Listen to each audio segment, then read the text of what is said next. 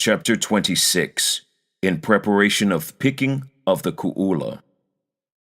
Mr. Johnson told Domingo to have the pickup truck ready at 2 o'clock, as he wanted to see if Mr. Kema was all right.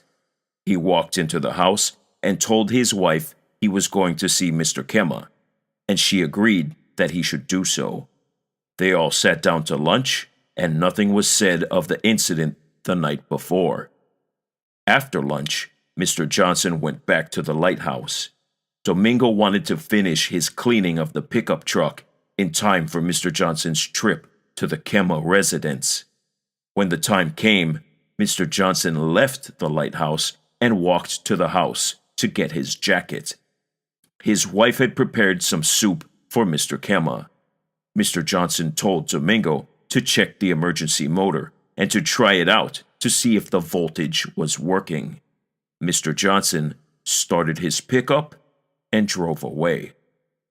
As he was driving along, he had a hard time concentrating as he had too much to think about. The only thing he was sure of was not to press the issue of the Ku'ula rock to Mr. Kema. Since he knew where the rock was to be found, that was one step nearer the goal.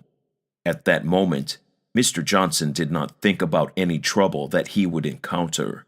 He was just thinking about the fish it would bring in. As he approached the Kema residence, he saw Mr. Kema sitting on a chair on his veranda. He parked his truck, picked up the bowl of hot soup, and took it into the kitchen. He called Mr. Kema to sit down and have the hot soup that was prepared by his wife. Mr. Kema took the cover off the bowl, picked up a spoon, and tasted the soup. He said it was good and to thank Mrs. Johnson for it. After he ate his soup, he walked to the sink and washed the bowl. Then he wiped the bowl dry and gave it to Mr. Johnson. They both walked to the veranda and sat on a long bench. Mr. Kema was in a good mood. Only Mr. Johnson was worried that he would be mad at him. But Mr. Kema didn't say a word about what had happened the night before. It seemed that he had forgotten. Mr. Johnson thought, if this was how Mr. Kema felt, he was going to ask him if he remembered what he said. He told Mr. Kema that he was half drunk and talked about a lot of things that Mr. Johnson could not make out. Mr. Kema laughed and said he could not remember what he had said. At this moment, Mr. Johnson's mind was relieved of all the trouble that he was thinking would happen to him. Everything seemed to be working out as he had planned. Later, he would think how he was going to get that ku'ula. The one thing that set in his mind was the school of fish that he wanted to get, and only the ku'ula could bring it in. Since he was only part Hawaiian, his Caucasian heritage caused his mind to think more about money, whereas the Hawaiians were afraid of the taboo set on a ku'ula. With his thinking power on the Caucasian side, he plans to get the ku'ula without anybody knowing, not even his wife.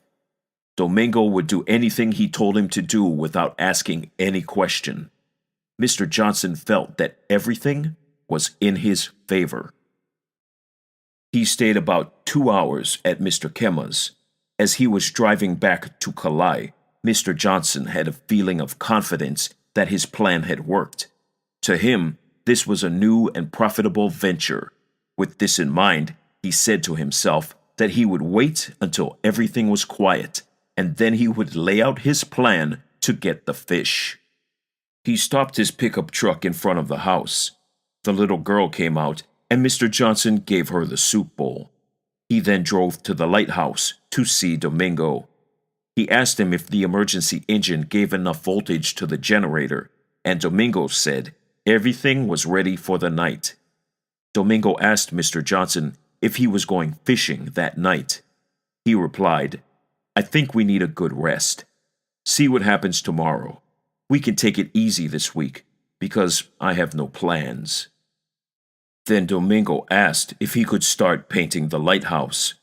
He replied, I'm glad you talk about painting. You can start with the battery room first. I have lots of things to think about, and I'm going to work in my office. The plan Mr. Johnson had in mind was not to rush, but to move step by step in securing the ku'ula. Once that was obtained, the rest would fall into place. He planned 6 stages. The first stage, Domingo would take him to the cave and leave him there. It was 1 mile from the lighthouse. Then Domingo would go to Naalehu to pick up supplies for the week, and then pick up Mr. Johnson on his return to the lighthouse. If he found the rock, he would just leave it in the cave. The second stage would be to go alone to the cave and pick up the ku'ula. The third stage would be to place the ku'ula on the altar rock near the beach below the lighthouse. The fourth stage was to take the throw net from the house and use it to haul in the school of fish. The fifth stage was to have several gunny sacks ready to fill with fish.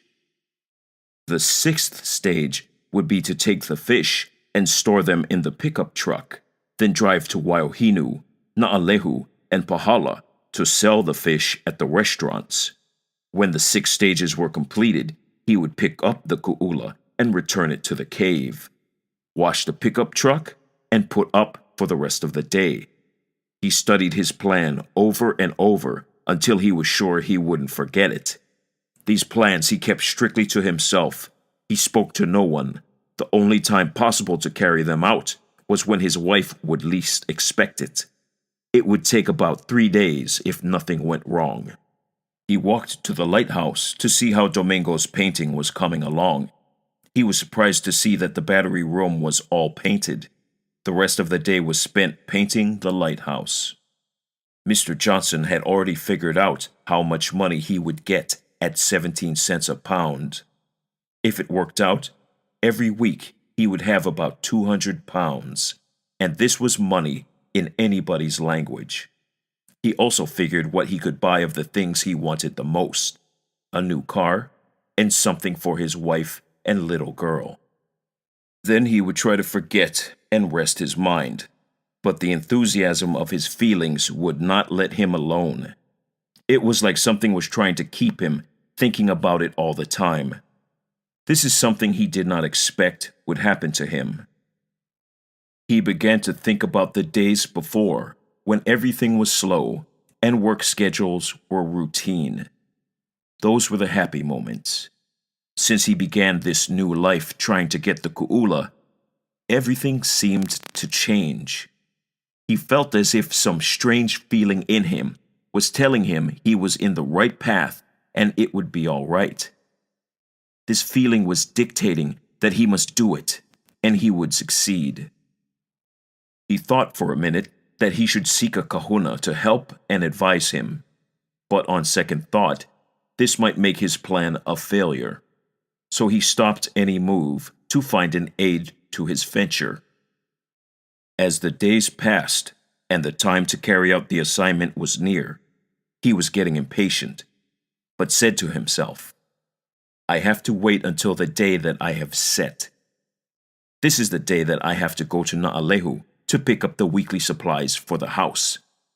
This way, my wife will not be suspicious.